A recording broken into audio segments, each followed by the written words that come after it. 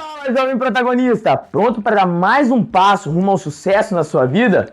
Bons estudos!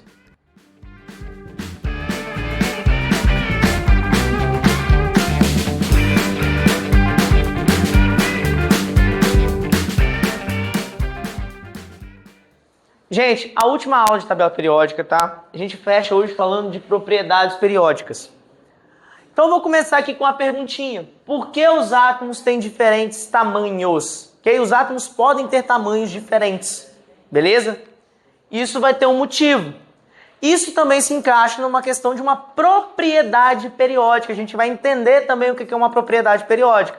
E aqui a gente encerra o estudo da tabela para seguir depois com ligações químicas, tá? Beleza. Aqui, gente, esse gráficozinho para vocês aqui que eu tô colocando, DST, SS, o que é isso? Isso aqui é domingo, segunda, terça, quarta, quinta, sexta, sábado. A semana ela começa passando assim, né? Primeiro vem o domingo, depois vem quem? Terça, quarta, quinta, sexta, sábado, e a gente completa a semana. Depois volta para onde? Domingo. Vem de novo, domingo, segunda, terça, quarta, quinta, sexta. E depois, se eu fizer? Não fica repetindo? Então não é como se fosse um ciclo de repetições? Eu faço isso aqui, ó. A semana ela vem passando. Beleza, passou, opa, volta aqui, vem passando, opa, volta aqui, vem passando. Não é isso, galera? Concordo? A semana, ela tem um aspecto de propriedade periódica, que é o quê? Eu volto toda vez, eu faço um ciclo e volto para o mesmo local, faço um ciclo de novo, volto, faço um ciclo de novo, ok? Isso é um período, a semana ela é um período. E terminado um período, eu volto para o primeiro ponto de novo. E começo a apresentar características. Sempre que eu retorno a semana, eu tenho o que de novo? O domingo, certo? Então, a propriedade periódica, ela faz um período, ela faz um ciclo de acontecimentos, ok? E dentro da tabela, a gente acompanha esse período, ok? Por isso que a tabela periódica, ela é dividida em períodos. Ela é dividida em ciclos de comportamento, tá? Período, gente, período são comportamentos que eles vão se repetindo ao passar da andar da carruagem ali na tabela. Tranquilo?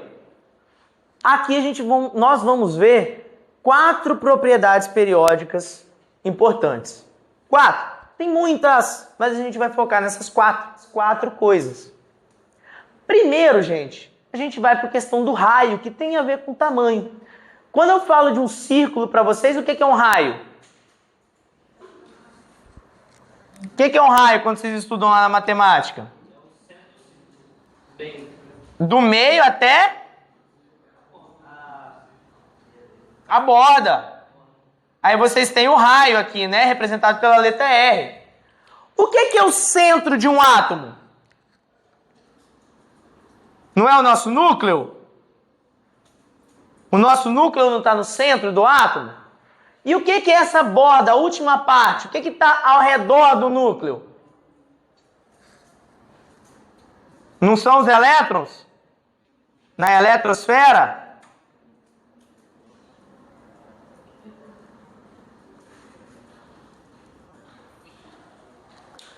Então, o raio de um átomo, galera, é essa distância do núcleo até o elétron que vai estar mais para fora do átomo.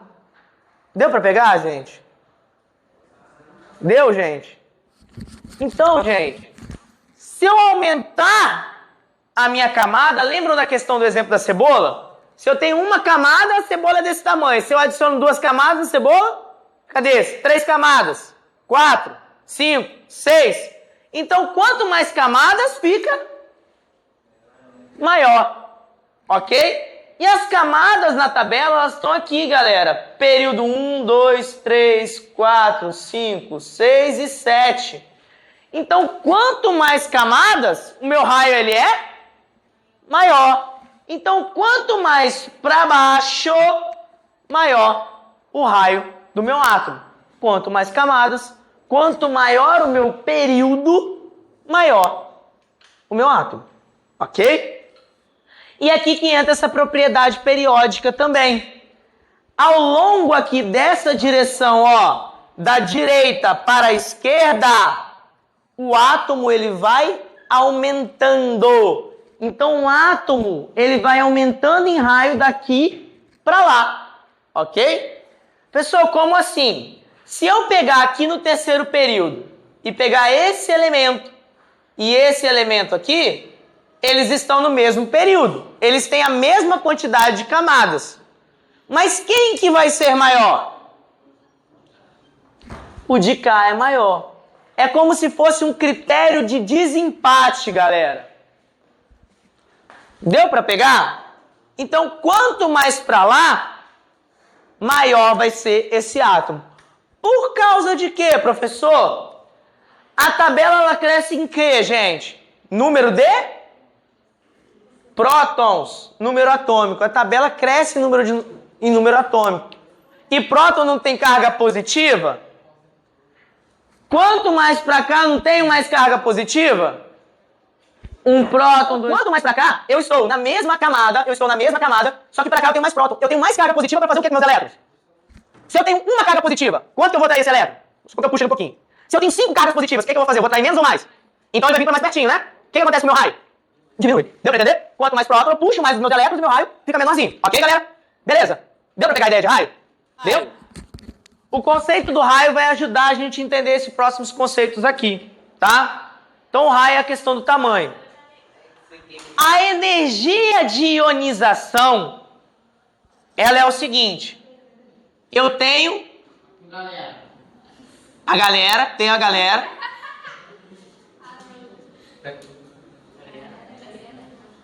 Eu tenho aqui, ó, esse átomo e esse átomo. Qual que é maior? O daqui é maior. Qual que é menor? Pense o seguinte, qual que está mais próximo do núcleo? Qual é o elétron que está mais... Esse aqui, não é? Então, qual elétron está mais próximo do núcleo? O da esquerda. O núcleo não é a carga positiva e o elétron não é a carga negativa? Positivo e negativo, não é isso, gente? Onde que a carga negativa está sendo mais atraída? Mais perto ou mais distante? Mais perto. Da onde que é mais difícil eu tirar ela? Da esquerda. Da esquerda, porque ela está mais atraída ali. A energia de ionização, gente, pessoal, a energia de ionização é a energia que eu vou gastar para tirar o elétron daqui. Então, se aqui ele está mais atraído, onde eu vou gastar mais energia para tirar? Nele. Então, eu gasto mais energia no menor. Eu gasto mais energia. E no maior, eu gasto menos energia. Então, a energia para ionizar, para tornar um íon, que é deixar com carga, ela é inversa ao tamanho. Deu para pegar, gente? Pessoal, como que eu posso associar isso? Pensa tirar doce de criança. Já viu criança quando tem uma bala? Já tentaram tirar? É fácil? Quanto menor a criança, mais difícil é tirar o doce dela. Associem com isso, galera. Quanto menorzinha a criança, mais difícil é arrancar a bala dela. Então aqui a gente tem isso. É o inverso do raio, a energia de ionização. Tá? Seguindo, pessoal. Aí nós vamos entrar em outros dois, que é a afinidade eletrônica e eletronegatividade. Tá? Elas se parecem, tá? Todas aqui se parecem. O sentido, ele é parecido. Só que elas têm diferença. Aqui, gente, é energia para retirar o elétron.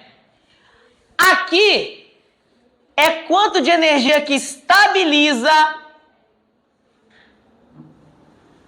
ao ganhar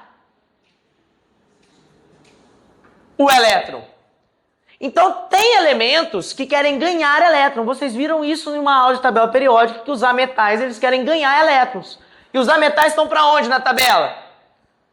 Para o lado de cá. Então, quanto mais para o lado de cá e para cima, maior afinidade pelo elétron, mais ele quer ganhar esse elétron. Deu para pegar a ideia, gente? Então, quanto mais para cá, mais eu quero ganhar um elétron. E quanto mais para cá, mais o quê?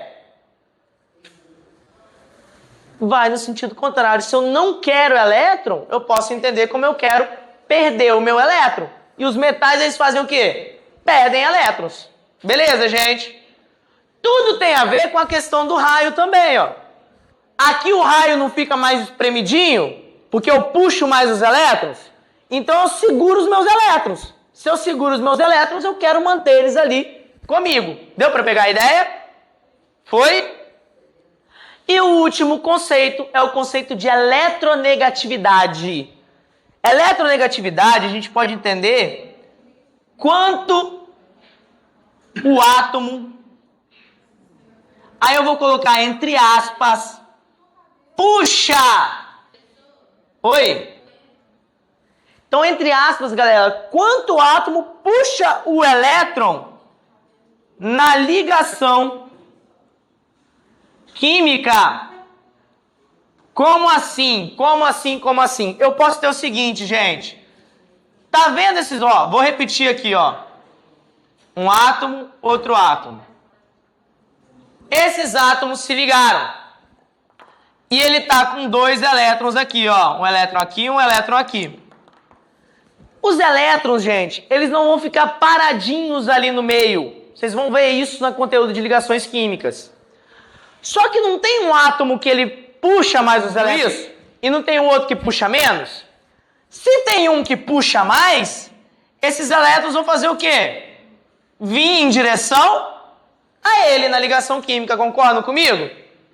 Se os elétrons vêm em direção a ele, esse outro fica com menos elétrons próximo. Deu para concordar? Deu para entender, gente?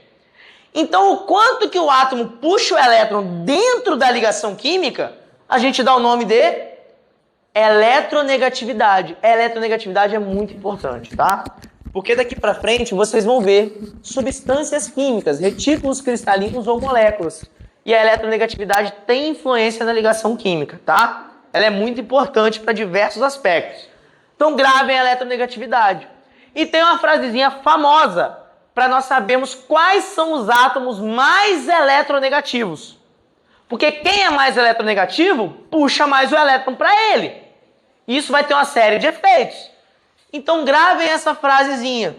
Fui ontem no clube, briguei e, com letra I mesmo, saí correndo para o hospital. O que é isso? É do mais eletronegativo. Esses são os átomos mais eletronegativos. Então quem é o mais eletronegativo?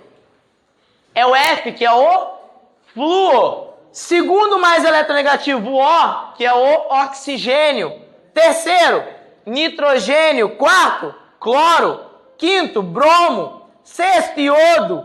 Sétimo, enxofre. Oitavo, carbono. Nono, fósforo. E décimo, o hidrogênio. Então, fui ontem no clube, briguei e saí correndo para o hospital. Repete aí, gente. Repete de novo. Qual o átomo mais eletronegativo? O segundo mais eletronegativo? Oxigênio. Mas é o oxigênio. Galera, isso ajuda muito quando chegar em ligações químicas. Ajuda muito, muito. Dúvida, gente? Dúvida?